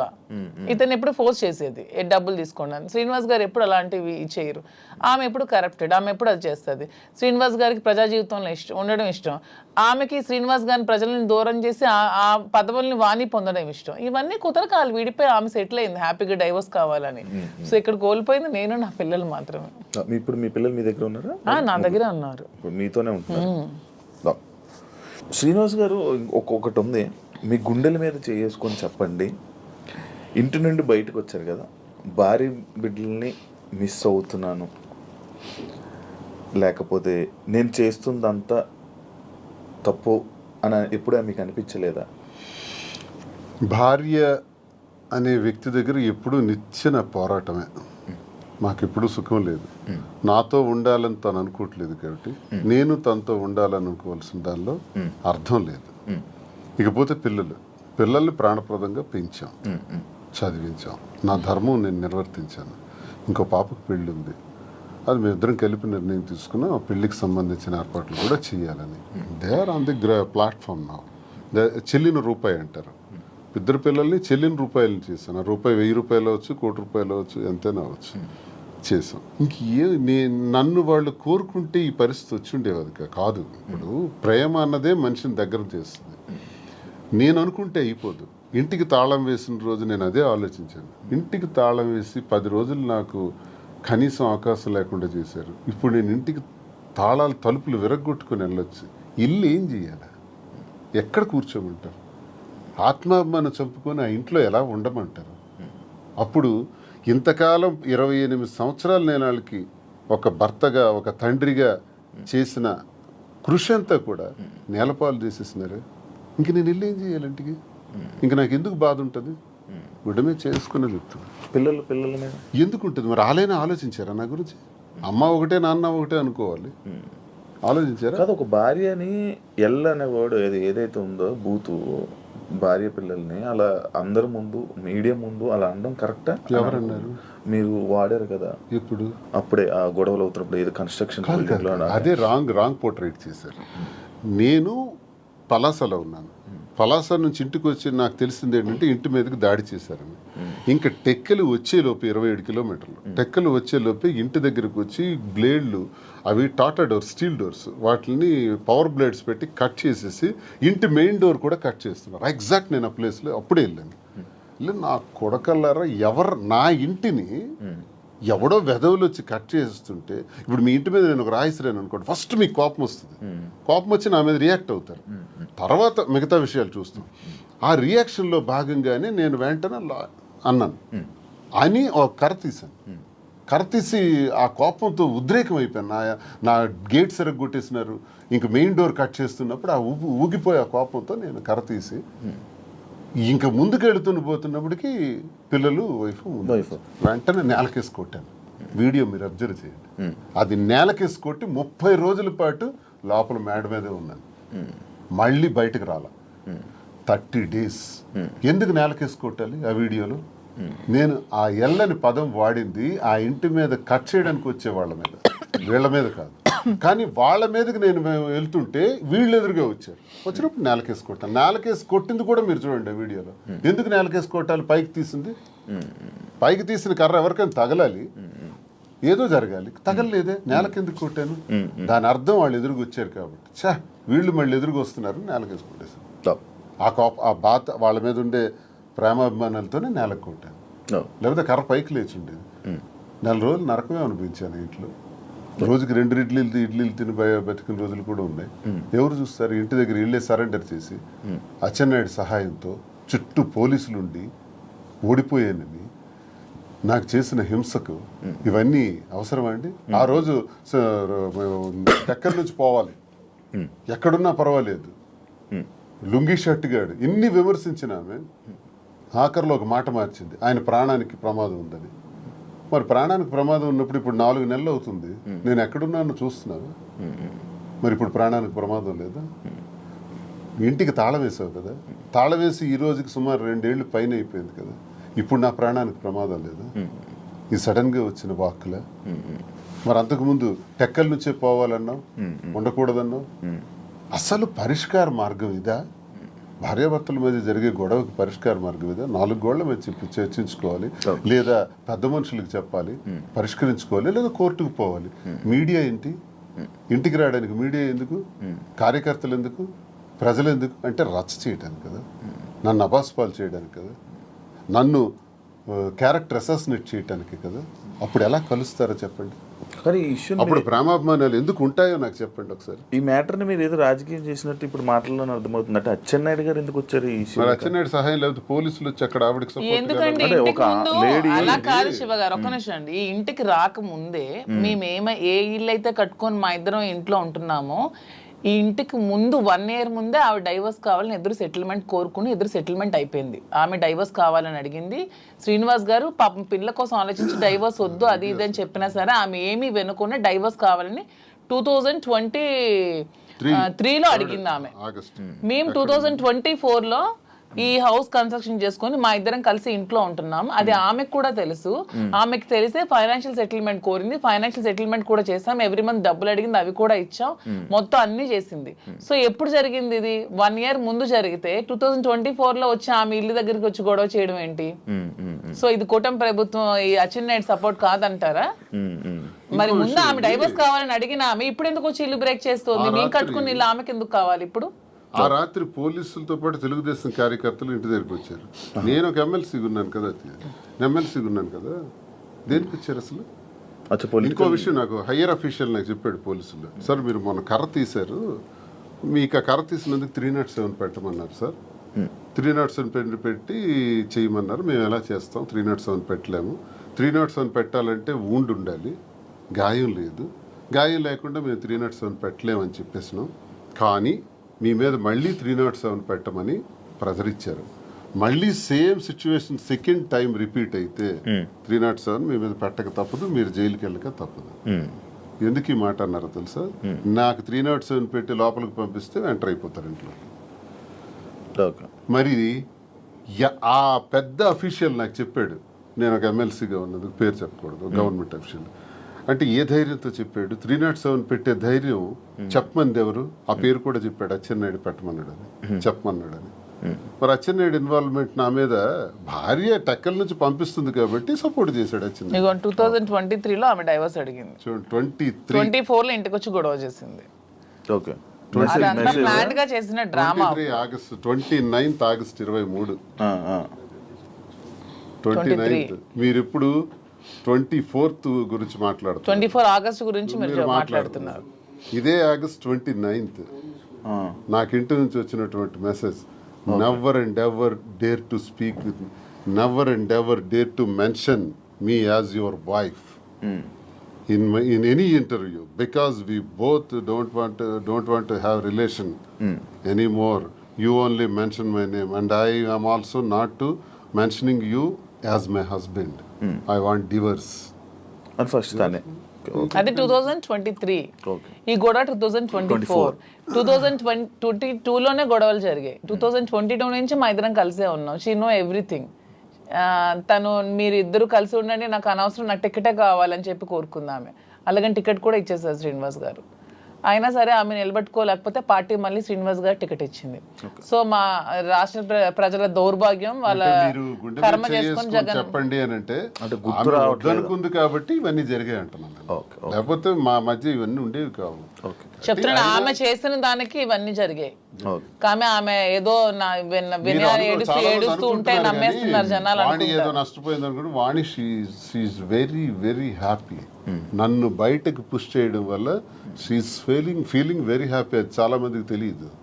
ఇప్పుడు ఇప్పుడు వెళ్తారు కదా మీ ఊరు, మీ ఇల్లు కట్టుకున్న ఇంటిదే ఉంటాం. మేము కట్టుకున్న ఇంట్లో ఉంటాం. మీరు కట్టుకున్న ఇంట్లోనే ఉంటున్నాము. ఆమె హ్యాపీగా ఉన్నారు. వాళ్ళకే నష్టం సార్, వాళ్ళకి ఏముంది, వాళ్ళకి నష్టమే ఉంది. దేనికి లోటు ఉంది, వాళ్ళకి నష్టం ఉంటుంది. అన్ని సెటిల్డ్ కదా. నాకు ప్రాబ్లం ఉంది. ఇప్పుడు నా బండి ఎలా నడపాలి, ఇప్పుడు ఆ పాపకని రెండో పాపకని పెళ్లికి సంబంధించి, ఇప్పుడు నా నష్టపోయిన ఈ 3 పిల్లలకు సంబంధించి ఈ వ్యాపారాలు, ఈ ఒత్తిళ్ళు ఇప్పుడు నాకున్నాయి తప్ప వాళ్ళకే ఉంది. తనకేముంది చెప్పండి. ఆ వద్దనుకుంటున్నాను, ఫ్రీగా ఉంది. డన్. Thank you. నేను ఇప్పుడు మీ రాజకీయం మీరు వదిలేసేయండి, మీ బిజినెస్ మ్యాన్ అని కానీ మీరు కూడా రాజకీయం వదిలేసి ఇప్పుడు మీరు 2022లో మీరిద్దరు ప్రేమికులుగా ఎలాగ ఉన్నారు అలానే ఇప్పుడు నా ముందు ఉండండి కాసేపు. ఇప్పుడు ఈ దేని గురించి మనం మాట్లాడట్లేదు. Actually interview February 14th lovers day. మీరు ఇప్పుడు ప్రేమికులే కదా. February 14th ప్రేమికులం కాదు, మేము ప్రతిరోజు ప్రేమికులం. అందుకే ఇప్పుడు కూడా ఈ February 14th వస్తుంది కాబట్టి, ఇది February 14th స్పెషల్ కాబట్టి మీకు కొన్ని ఉన్నాయి. అంటే మీకు rose day, teddy day, chocolate day లాంటివి తెలుసా? ఐడియా ఉంది కదా. వ్యాలంటైన్స్ డే గురించి కూడా ఉంది కదా. ఏం సార్ అసలు చాలా మందికి దీని మీద అపోహలు కూడా ఉన్నాయి. 270 క్రీస్తుపూర్వం, బిఫోర్ క్రీస్తు, అంటే ఇంచుమించు ఆల్మోస్ట్ 2700 సంవత్సరాల క్రితం రోమ్లో ఒక వ్యాలంటైన్ అని ఒక ప్రవక్త ఉంటాడు. ఆయన ఏం చేశాడంటే కొత్తగా ప్రేమ పాఠాలు, ప్రేమ వివాహాల గురించి చెప్పడం ప్రారంభించాడు. ఆ రోమ్ నగరానికి, దేశానికి రాజు అయినటువంటి క్లాడియస్ ఏంటంటే ఇలాంటి ప్రేమ పాఠాలు చెప్తున్నాడు, వీడికి చంపాలి అని కొంచెం కోపం పెంచుకుంటాడు. ఇదే టైంలో క్లాడియస్ కూతురు ఇతను లవ్ చేస్తుంది, ఆయన ప్రేమ పాఠాలు విని. ఎవరిని? వ్యాలంటైన్స్. అప్పుడు రాజు ఏమిటంటే ఆయన్ని చంపేస్తాడు, అంటే హ్యాంగ్ చేస్తాడు. అదే February 14th. అక్కడికి 20 సంవత్సరాల తర్వాత గెలాషియస్ అనే మరో ప్రవక్త, ఇది చాలా గొప్ప రోజు, ఇది మనకి ప్రేమతత్వాన్ని నేర్పించారు. వ్యాలంటైన్ ప్రేమ అంటే తల్లి తండ్రులు పిల్లలకి మధ్యన ఉండేది, అక్క చెల్లెల మధ్యన ఉండేది, అన్నదమ్ముల మధ్యన ఉండేది ప్రేమ. ఆ ప్రేమకు అర్థం ఉంది, ఆ ప్రేమకి రిలేషన్ ఉంది. కానీ స్నేహితుల మధ్య ఉండే ప్రేమ, ఒక ఆడామగ మధ్య ఉండే ప్రేమ, దానికే రిలేషన్ ఉంది. ఆ తత్వం గురించి తెలియజేశాడు ఆ ప్రవక్త వ్యాలంటైన్. కానీ ఆయనకు గురేశారు. అలాంటి వ్యాలంటైన్కి గురేయటం వల్ల అతను గొప్పవాడు, గొప్ప ప్రవక్త, ప్రేమతత్వం నేర్పిన ప్రవక్త. కాబట్టి ఆయన రోజుని నేను ప్రేమికుల రోజుగా నిర్ణయిస్తానని గెలాషియస్ అనేటటువంటి మరో కింగ్ దాన్ని డిసైడ్ చేస్తాడు. సో ఇప్పుడు వరకు కొన్ని దేశాలు దీన్ని అంగీకరిస్తారు, కొన్ని ప్రాంతాలు వ్యతిరేకిస్తారు, అపోహలు పెట్టుకుంటారు. జరిగిన కథ ఇది. సో దీనివల్ల మనం నేర్చుకోవాల్సింది ఏంటంటే ఈ ప్రేమతత్వాన్ని ప్రతి వ్యక్తిలో కూడా ఉండాలి. స్నేహితుల మధ్య ఉండాలి, కుటుంబాల మధ్య ఉండాలి, భార్యాభర్తల మధ్య ఉండాలి, ఆ ప్రేమతత్వం ద్వారా మేము ఈరోజు ప్రేమతోనే ఇంతవరకు వచ్చాం కాబట్టి ప్రేమతోనే ఉంటున్నాం కాబట్టి వాస్తవమైన మాటలు నా మనసులో ఉన్నది నేను ఆమెకు చెప్పాలి, ఆమె నాకు చెప్పాలి, చెబుతూ అందరూ ఇలాగే ఉండాలి, ప్రేమతో ఉండాలి. ప్రేమతో ఉంటే దేశాలే గెలవచ్చు, ఏ జయాలను పొందొచ్చు. రాజ్యాలే ప్రేమ లేకపోతే రాజ్యాలు కోల్పోతాం, ప్రేమ ఉంటే రాజ్యాలే గెలవచ్చు. ఒక్క మాటతో, ప్రేమపూరితమైన మాటతో అన్నీ గెలవచ్చు. కాబట్టి ప్రేమతత్వాన్ని పెంచుకోవాలని వ్యాలంటైన్స్ డే చెప్పిన ఈ రోజుని ఒక 10 రోజుల పండగగా, 5 రోజుల పండగగా, 3 రోజుల పండగగా చేసుకుంటారు. అదే మీరు ఇప్పుడు చెప్పిన టెడ్డీ అని. ఈ ప్రేమ గురించి ఎప్పుడు తెలుసుకున్నారు? అంటే ఉన్నప్పుడు చదువుకున్నారా? లిటరేచర్ కదా బేసికల్ గా. నేను MA English literature and law student. ఇవన్నీ చదువుకోవాలి. మహాభారతం చదివాను, రామాయణం చదివాను, భాగవతం చదివాను. అవన్నీ నేను చదువుకున్నాను. అంటే అచ్చ తెలుగులో, నేనేం పండితులు కాదు, సాంస్క్రిట్ అవన్నీ నాకు రాగానే అచ్చ తెలుగులో నేర్చుకున్నాను, అర్థం తెలుసు. ఓకే, ఈ ప్రేమ గురించి కూడా అలాగే తెలిసింది. కానీ మాధురి గారి గురించి స్పెషల్ గా ఏంటి మా ప్రేమ అని చెప్పి ఏమైనా చదవడం? అంటే దీని గురించి నేను చెప్పేది వ్యాలంటైన్స్ డే సందర్భంగా ప్రేమతత్వం గురించి అర్థం ఏంటో నేను చదివింది, నేను అర్థం చేసుకుంది, నా చిన్న బ్రెయిన్ కి అర్థమయ్యేది మీకు తెలియజేశాను. మీరే మీ ప్రేమ గురించి మీరు ఎలా వర్ణించాలనుకుంటున్నారు? అంటే శ్రీనివాస్ గారి మీద నాకున్న ప్రేమ గురించి, మా ప్రేమ వర్ణించడానికి మాటలు సరే.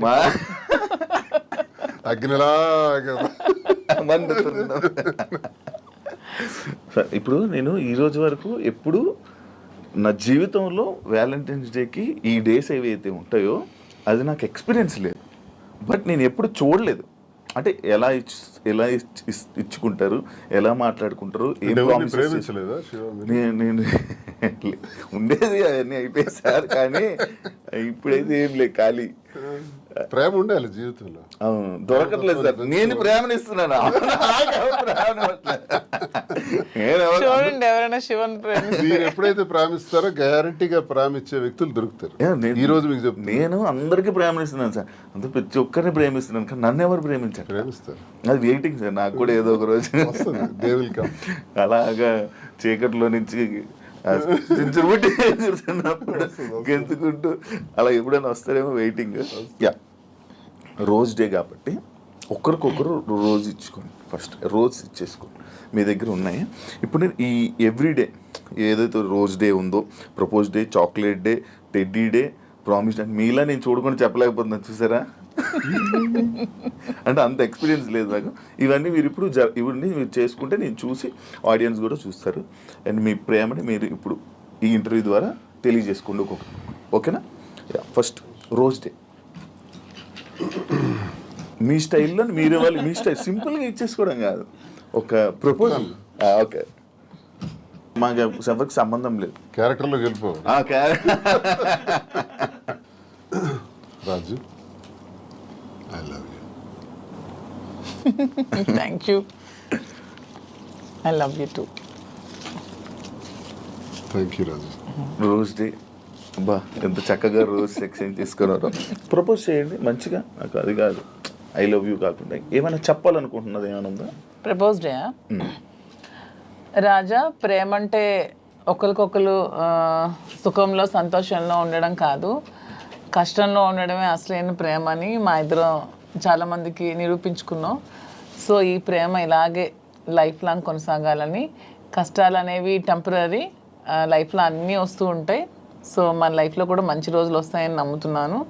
సో ఇలాగే మన లైఫ్ లాంగ్ ఇద్దరు ప్రేమిస్తూ ఇలాగే హ్యాపీగా ఉండాలని కోరుకుంటూ ఈ ప్రపోజ్ డే రోజు నీకు ఐ లవ్ యూ చెప్తున్నాను. ఐ లవ్ యూ రాజా. చాలామంది జీవితంలో ఆశయాలు, కోరికలు ఉంటాయి. అవి సాధించాలనుకునేటప్పుడు వచ్చే అవాంతరాల వల్ల అరే నాకు ఇది కాలేదే, నేను అనుకున్నది జరగలేదని వెంటనే ఒక రకమైన డిప్రెషన్లోకి పోయి ఆత్మహత్యలకి, జీవితాలు త్యజించడానికి రెడీ అవుతున్న వాళ్ళ గురించి నేనేం చెప్తున్నానంటే ఈరోజు ప్రేమతో ఏదైనా సాధించవచ్చు, ఎటువంటి విజయాలైనా సాధించవచ్చు. మేమిద్దరం ఇన్ని కష్టాల మధ్య, మాది ఆత్మహత్య సదృశ్యమే, సామాన్యమైన విషయం కాదు. కానీ ఎన్ని కష్టాల మధ్య, ఎన్ని హడిల్స్ మధ్య, ఇన్ని ఇష్యూస్ మధ్య ఎదుర్కొంటూ సమాజంలో మళ్ళీ నిలదొక్కుంటూ నిలబడగలుగుతున్నామంటే ప్రేమే కారణం. మన ఇద్దరి తాలూకా ఈ స్నేహం, ఈ ప్రేమ శాశ్వతం. సూపర్. చాక్లెట్ డే అన్ని డేస్ మీతో ఇప్పుడే ఇప్పుడు ఎక్స్పీరియన్స్ అవ్వలేదు కదా మీరు కూడా ఇప్పుడు యా చాక్లెట్ డే నాకు హార్ట్. ఇప్పుడు మీ ఇద్దరు ఆ చాక్లెట్ని ఓపెన్ చేసుకొని ఆ హార్ట్ అందులో ఒక చాక్లెట్ ఇద్దరు పంచుకొని షేర్ చేసుకొని ఒకరు నోరు ఒకరు తీప్ చేసుకోండి. వ్యాలంటైన్స్ డే సందర్భంగా ఈరోజు chocolate day. Very good. Hot.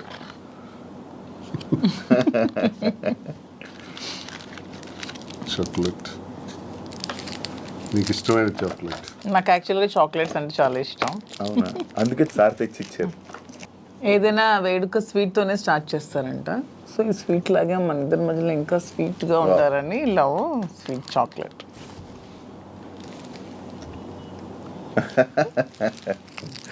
మన ఇంటర్వ్యూ ద్వారా మీకు అన్ని డేస్ అయిపోతున్నాయి. వ్యాలంటైన్ వీక్ అయిపోయింది. ఇప్పుడు టెడ్డీ డే. రాజు వ్యాలంటైన్స్ డే సందర్భంగా ఈ టెడ్డీ బేర్ ఇది నీలాగే ఉంది. నీ మైండ్